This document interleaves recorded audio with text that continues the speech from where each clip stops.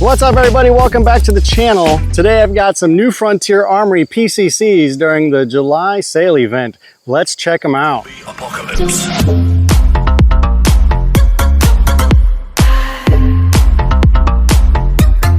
Alright, so I got both of these guns sighted in this morning. It didn't take too long. Let me go over the 9mm PCC so far. The only updates or upgrades that I've done to this is this B5 Systems grip, which is much better than the old or the original AR-15 style because of this better grip angle and better way of getting your hand around the grip. And this is the Timney PCC AR trigger, which is a 2.5 to 3 pound trigger pull. Super nice. I got the flat trigger because I really like that more than the curved ones, just because of the torque and the easy pull of the trigger. And then I've got these nice fiber optic flip up sights that I got off of Amazon, which brand name is LRBHO.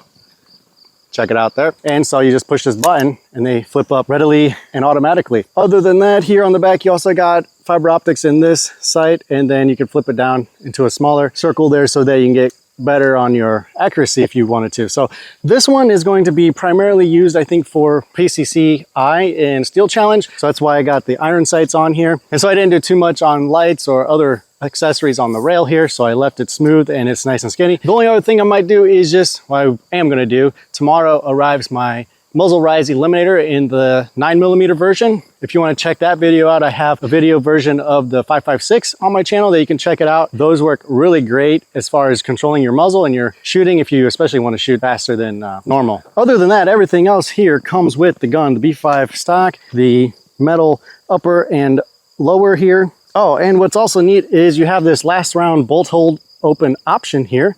That means when you have your magazine in here and it's empty, it's going to touch up here this metal piece, just like on a pistol where it kind of holds the slide lock open. So it's going to push up on the pin in here, and that's going to move this back, if you can see that, and then it's going to hold this bolt open option here for your bolt. It's been working pretty good on the 9mm. But on the 10mm, I've had issues that it actually holds open on this last round. And so I've got to fine tune that somehow. I might go to, when I get home, I'll probably file that piece down inside a little bit so that it doesn't engage that magazine so soon, or maybe kind of tweak this adjustment here. So if you loosen these screws, you can play around with how tight this last round bolt hold open option is and adjust it that way. So back to the 10mm, what I've done to it so far. This cool little touch sole light on here, which is magnetically charged so that you can recharge it.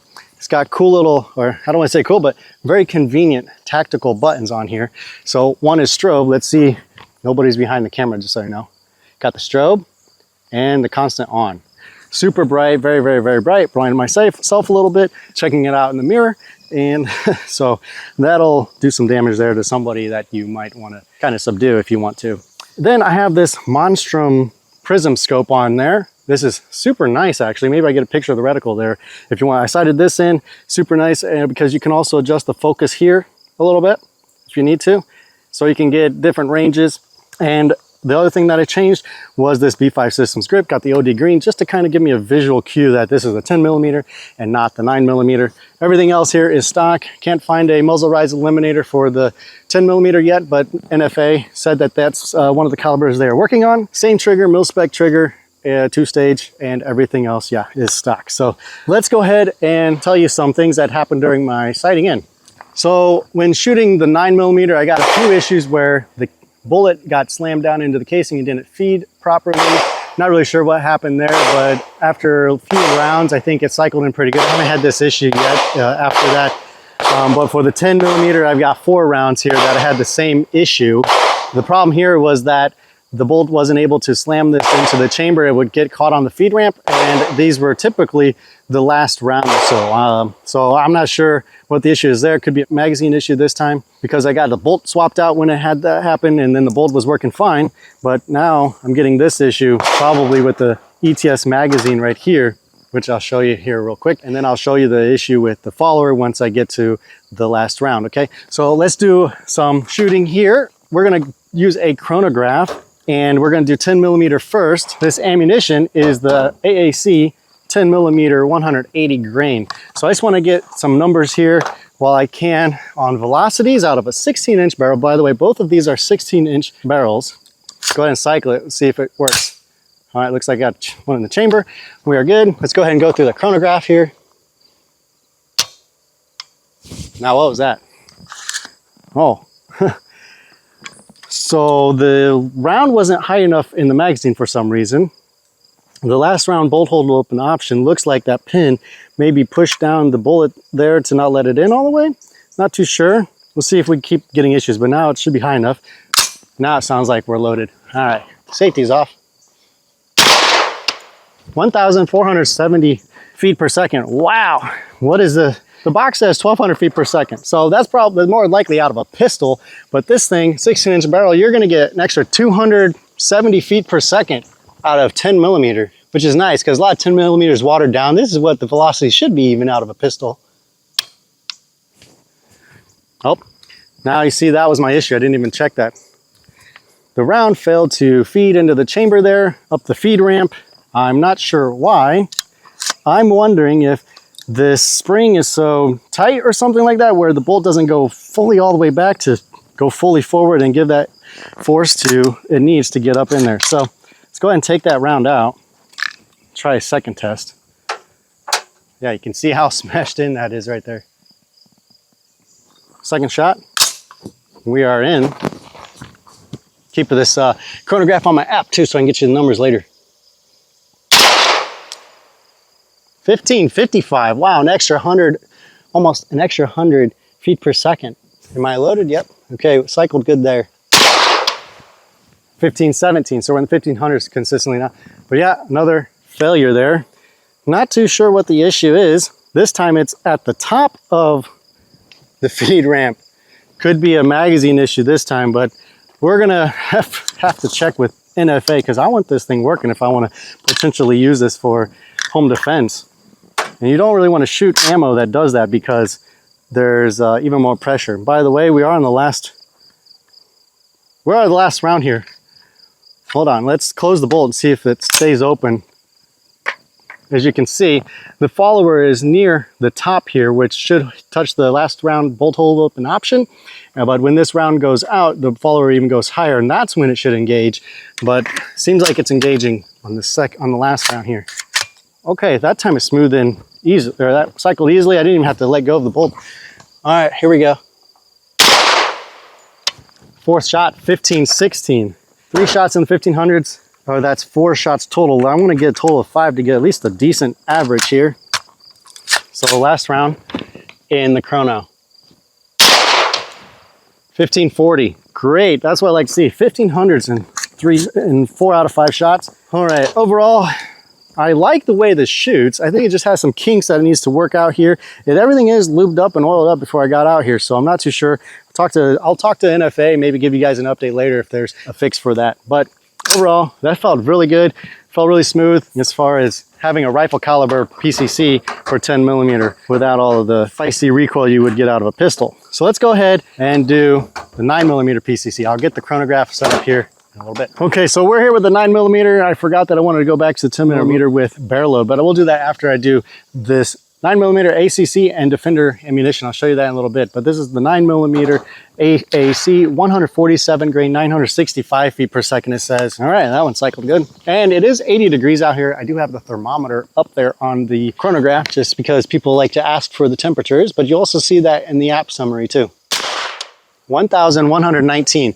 So here you also get about 200 extra feet per second. So with a 16-inch barrel, you gain about 200 feet per second, it seems like. 1109, 1125, 1106, 1112, 1091. Okay, that was 6 shots actually. Let's go ahead and try this Defender Ammunition Company's 147 grain Pro Series. So since I plan to use this in PCCI competition, obviously I kind of want to use competition ammo that's, low recoil, easy and quick to shoot, and easy to follow, make quick follow-up shots. So we'll go ahead and do 5 shots here, reset the chronograph, and come back to you guys. Okay, here we go. Defender Ammunition. We got the chronograph restarted here. Chronograph fell on the ground. I did not shoot it though. I think it was just a shock wave in there, and it's not the best tripod that I have. Dude, they got a bullet graze on this thing. It is sighted in for 25 yards, so at this close range that I'm trying it out at, I might need to aim higher. But that said, it was 918 feet per second. And I'll tell you real quick here what's on the box. Sorry, I'm out of the frame right now. Okay, we're back. The box says we should be at 880 feet per second. So we only gain about 30 feet per second out of a 16-inch barrel here, but that's okay. It seems like it's really soft shooting ammo. Show you guys what I'm talking about. 3 errors in a row. This shouldn't be too damaged. The damage is just like right there, a little graze wound. And it started here. But nothing is like cracked or broken. We're gonna, I mean, it's cracked here, but I'm gonna go offline here, see if I can fix it and try and get this thing working again. All right, we got it fixed. The issue was there was the LED underneath the sensor there that was out of position. I took it apart, put it back on. I'll show you guys that here. I'll cut it in here so you guys can see what I was doing. But now we're back to go with the 9mm from Defender Ammunition. Let's get my app back on so I can get the chronograph readings. And right now it shows it's 83 degrees outside. 10:09, 986, 961. And boy, just so you know, I'll show you guys, without any headgear, this does sound like it's going through a suppressor. It's not loud at all. I mean, maybe not as much, but just a little crack.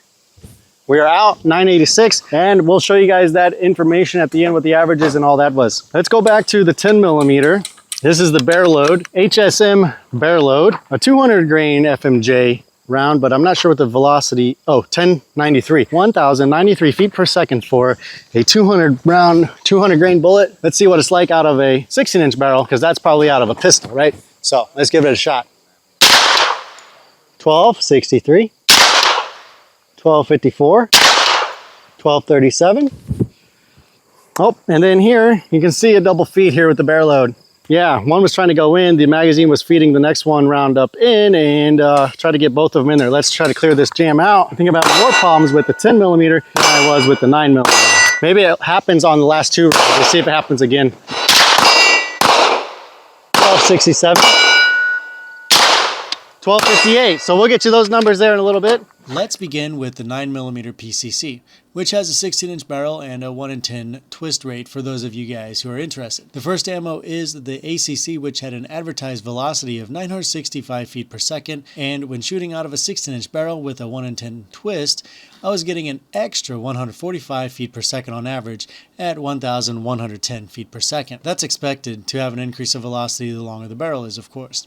Next is my new favorite competition ammunition now, the Defender Pro Series in 147 grain. This is not the normal 147 grain load they make. This is the Pro Series for competition. It might not cycle in all guns, however, it does cycle perfectly in my X5, and as I just found out, it's perfect in the New Frontier Armory 9mm PCC. The advertised velocity is 880 feet per second, a really light recoiling round, and out of a 16-inch barrel, you only gain about 106 feet per second, less than the previous AAC ammunition. It's not a big deal to me, and this test is just to show you what my results are. For competition, this ammunition is great out of the PCC, as well as it being a very light recoiling round. Now we move on to the 10mm PCC from New Frontier Armory. The barrel is also 16 inches and has a 1 in 10 twist rate, just like the 9mm PCC. So first up, ACC. The advertised velocity is 1,200 feet per second. But out of a 16-inch barrel, you're going to get an additional whopping 319 feet per second. That's insane. So on average, it was 1,519 feet per second. Usually you don't see this with 10mm. And unfortunately, a lot of manufacturers water it down, so you're really shooting a 40 cal. But wow, at this velocity,